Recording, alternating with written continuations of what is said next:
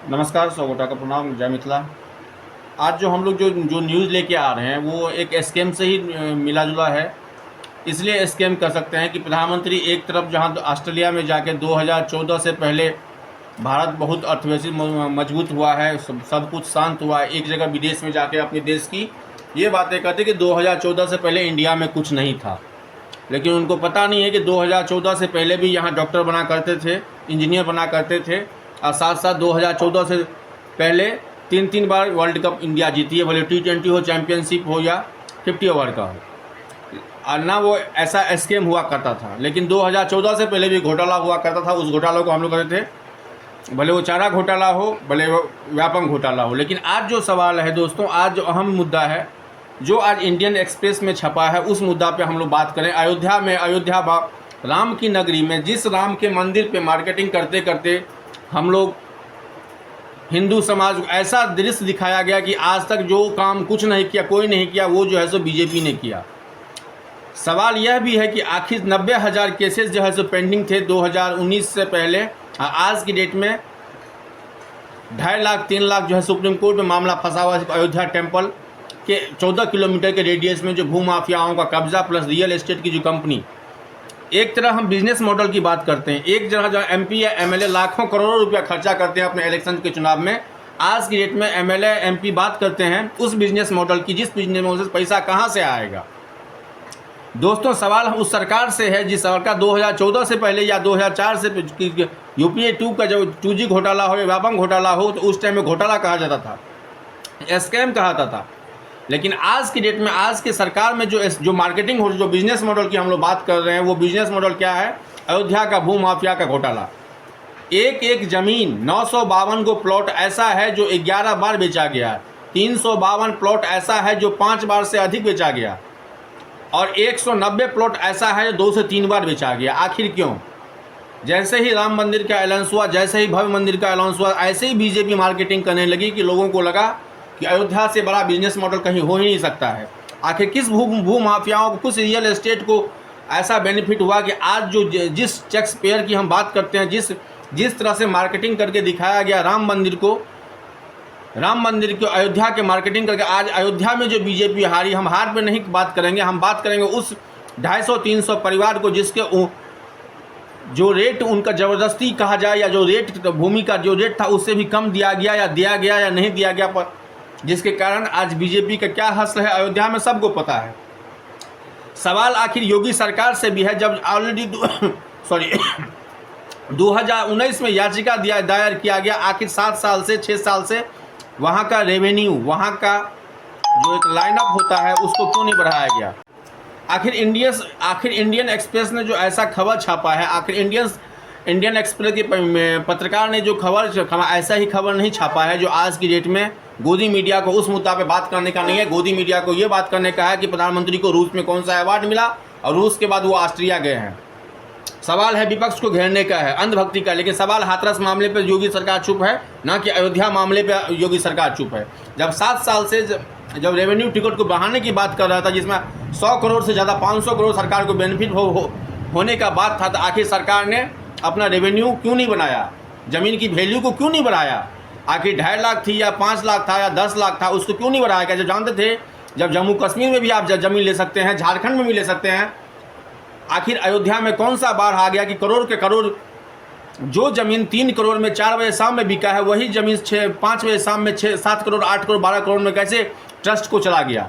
सवाल जो दोस्तों इंडियन एक्सप्रेस में छपा है, उसमें बहुत बारीकी से SP Amethi, SP Aligarh, DIG आप ब्रजभूषण सिंह का नाम जानते होंगे, उनके बेटा के नाम पे अरुणाचल प्रदेश के डिप्टी सीएम, मतलब कई ऐसे नाम हैं, डीएम के भतीजा, एसपी के भतीजा, उसका बेटा, उसकी नानी, मतलब इस हिसाब से आईएएस आईपीएस से लेके और मेयर से लेके डिप्टी मेयर से लेके एसपी डीएम तक इस ज़मीन में इन्वॉल्व हुए। वो लेने के बाद 6 महीना 1 साल में 2 करोड़ में लिए या 4 करोड़ में बेच दिए। आखिर सरकार इस पे चुप क्यों है? स्कैम। अब जहां एमपी या एमएलए जीत के जाते हैं तो मार्केटिंग की बात करते हैं। पहले लोग घूस देता था ट्रांसफ़र होने के लिए, आज जो घूस होता है या जो स्कैम होता है, भले वो नीट का ही स्कैम क्यों ना हो, जब जानता है गार्जियन के 50 लाख में मेरा बेटा डॉक्टर बन जाएगा, तो आखिर नीट ऐसी ही स्कैम होता है। व्यापम घोटाला भी होता है जो 5 लाख में कहता है कि आपको सरकारी नौकरी मिल जाएगा। सरकार इस पे जवाब देने को तैयार नहीं है, ना तो नीट स्कैम पे। तो कल फैसला आने वाला है कि कैंसिल होगा कि नहीं होगा। लेकिन जो 7 साल से 6 साल से जो कहानी अयोध्या में चल रहा है, अयोध्या का डेवलपमेंट का बात हो, ये कौन सा बिजनेस मॉडल का बात है? जिस बिजनेस मॉडल के लिए 6 महीना 1 साल के समय रहने के बावजूद भी आज जो वहाँ का जो रोडवे है, जो राम मंदिर का पानी चूने का जो कार्यक्रम हो रहा है, जो गिर रहा है पानी, रोड जो धंस गई है, आखिर कौन सी जल्दीबाजी थी राम मंदिर को ओपनिंग करने का 1 साल पहले? सवाल यह भी है उस भूमाफियाओं से जिसने 100 प्लॉट लेके आज अंधाधुंध 8 किलोमीटर 12 किलोमीटर के रेडियस में, भले वो एसपी का भतीजा हो, डीएम का भतीजा हो, या उसका मामा हो, उसकी मामी हो, लगातार लोग प्लॉट पे प्लॉट बेच रहे हैं, क्योंकि वही एक बिजनेस मॉडल है। कहाँ गया वो बिजनेस मॉडल जो गरीबों की बात करते हैं? आज के डेट में इतना बिजनेस मॉडल है, आज के डेट में भारत का ये स्थिति नाजुक हो गया है, जो एक आदमी की आय यदि 10 साल पहले की बात करें बांग्लादेश से भी कम है। लेकिन जहां 5-10 कॉर्पोरेट की बात करें, उनकी आमदनी जो है बांग्लादेश से 5-10 गुना ज़्यादा हो गई है। ये बिजनेस मॉडल होता है। आज जियो बिजनेस मॉडल की बात करते हैं, जियो या एयरटेल का आप देख सकते हैं किस तरह से 15 से 20% तक जो है मंथली टेरिफ में रिचार्ज को ग्रोथ किया गया। ये है बिजनेस मॉडल। बिजनेस मॉडल की आप बात करते हैं, 2014 से पहले बिजनेस मॉडल नहीं था क्या? 2000 पहले से पहले कोई प्रधानमंत्री नहीं था, 2014 से पहले कोई डॉक्टर नहीं बना था, 2014 से पहले कोई रेलवे कर्मचारी नहीं बना था। स्कैम पे स्कैम होते जा रहा है। सरकार के पास ना तो जवाब देने का समय है, सरकार को ऑस्ट्रेलिया रूस पे फीता काटने का भेजा है। जाते हैं विदेश, बोलते हैं 2014 के बाद ही भारत सुधरा है। 2014 से पहले कोई प्रधानमंत्री जैसे लगता है रूस या अमेरिका गए ही नहीं है।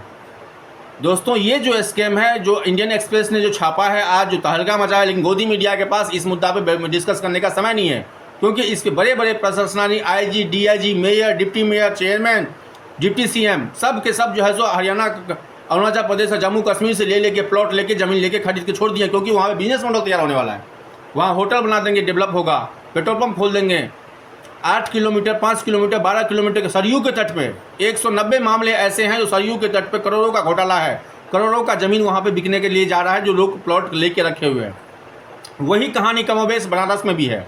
22,000 से ज़्यादा केसेज है बनारस के मुद्दे पे, जहाँ पे इस दोनों मुद्दों पे यदि बात करेंगे हम अयोध्या या बनारस के, अब जो बारी है मथुरा की बारी है, क्योंकि सरकार अब मथुरा में गेम चेंज करने वाली है। वहाँ पे रियल एस्टेट जाएगा, वहाँ पे प्लॉट को लेगा, वहाँ पे कुट्टा गाड़ेगा, फिर वही 2 लाख 3 लाख किसान को देगा, लेकिन 15 लाख 20 लाख में प्लॉट बेचेगा, क्योंकि डेवलपमेंट अब अयोध्या जाएगा। सरकार ये देखती है कि हमको कौन सा रियल एस्टेट से, कौन सा कंपनी से या कौन सा बिजनेसमैन से हमको पैसा कहाँ से आएगा, ताकि आगे वाला इलेक्शन में हम किस हिसाब से मार्केटिंग कर पाए। आखिर ये पैसा तो गरीब का ही है, गरीब का ही है, उस जीएसटी पेयर का ही है। लेकिन लोगों को तो लगा हुआ है राम भक्त का लॉन्च हो गया अयोध्या में, चलिए अयोध्या होके आते हैं। लेकिन अयोध्या का किसान का क्या हाल है, अयोध्या का वहाँ के बिजनेसमैन का क्या हाल है, वो देखने के तैयार नहीं है। ऑनलाइन मार्केटिंग का क्या हाल है कि 22 लाख आदमी आज बेरोजगार हो गया है ऑनलाइन मार्केटिंग के, क्योंकि बड़ी बड़ी जितने भी है, रिलायंस हो या टाटा हो, अपने अपना कपड़ा से लेके दवा तक अपना ऑनलाइन लेके आ गई है। लेकिन वो व्यापारी, छोटा व्यापारी मारा जाता है, मिडिल क्लास फैमिली मारा जाता है। सवाल यदि दोस्तों विपक्ष यदि उठाती है तो कहती है कि विपक्ष अंधा हो गया है, लेकिन विपक्ष को उठाना भी चाहिए। मल्लिकार्जुन खड़गे ने राज्यसभा में ये क्वेश्चन भी उठाया था अयोध्या के भूमि लैंड के मुद्दा में, लेकिन सरकार के पास वो जवाब देने के समय नहीं है। सरकार को जहां बाढ़ आएगा हेलीकॉप्टर से फोटो खिंचा लेंगे, बस हो गया। भले वो नीतीश कुमार हो या सीएम योगी हो, पीलीभीत का हो, या आज फारबिसगंज का स्थिति खराब हो, या फिर आज पश्चिमी चंपारण की स्थिति खराब हो, हेलीकॉप्टर से जाएंगे, देखे आ जाएंगे कहाँ कहाँ पानी है, बस हो गया। ये भी एक स्कैम है। जिस तरह हम लोग बर्थडे अपने वीडियो में कहते हैं नीट स्कैम हो रहा है, ये भी एक बहुत बड़ा भूमाफियाओं का स्कैम है, जिसको आज इंडियन एक्सप्रेस ने बड़ी तारीफी के साथ पूरा पोल खोला है कि इस जमीन घोटाले में कितने लोग फंसे हुए हैं। इसमें कौन से बीजेपी के वो कदावा नेता है, क्यों कोई मेयर से लेके एसपी से लेके डीआईजी रैंक से लेके उत्तर प्रदेश के जितने भी पदाधिकारी है उससे लेके यहाँ तक अरुणाचल प्रदेश के डिप्टी सीएम से लेके भले हरियाणा पंजाब के लोग भी इसमें जो है सो इन्वॉल्व हैं। ये भी एक स्कैम है दोस्तों। जिस तरह नीट स्कैम में 40 लाख 50 लाख डॉक्टर को बनाया जाता है, इस ये भी स्कैम है कि आप 1 करोड़ में ज़मीन लीजिए, 5 साल के बाद 10 करोड़ में 20 करोड़ में बेच दीजिए। इससे ही बड़ा स्कैम हो ही नहीं सकता है। यही है बिजनेस मॉडल, यही है सरकार की बिजनेस मॉडल। अब देखता है इस बिजनेस मॉडल पे सरकार क्या जवाब देती है। 22,000 पेंडिंग मुद्दा है अयोध्या में, 18,000 90,000 से के आसपास जो है करोड़ जो है 90,000 करोड़ इन्वेस्टमेंट फंसा हुआ दोनों में, बनारस और अयोध्या की बात करें तो। लेकिन इसके एंटी में जो भी कंपनियां पैसा फंसाई है, जो भी है, उनकी तो बुम बुम है, उनकी तो कोई खेला ही नहीं है, क्योंकि उन्होंने तो 5 लाख 10 लाख में ले लिया, 5 बार 7 बार प्लॉट को बेच दिया। ये जो एपिसोड था हम लोग का अयोध्या स्कैम पे था, जो इंडियन एक्सप्रेस की खबर थी। धन्यवाद। जय मिथिला, जय बिहार, धन्यवाद।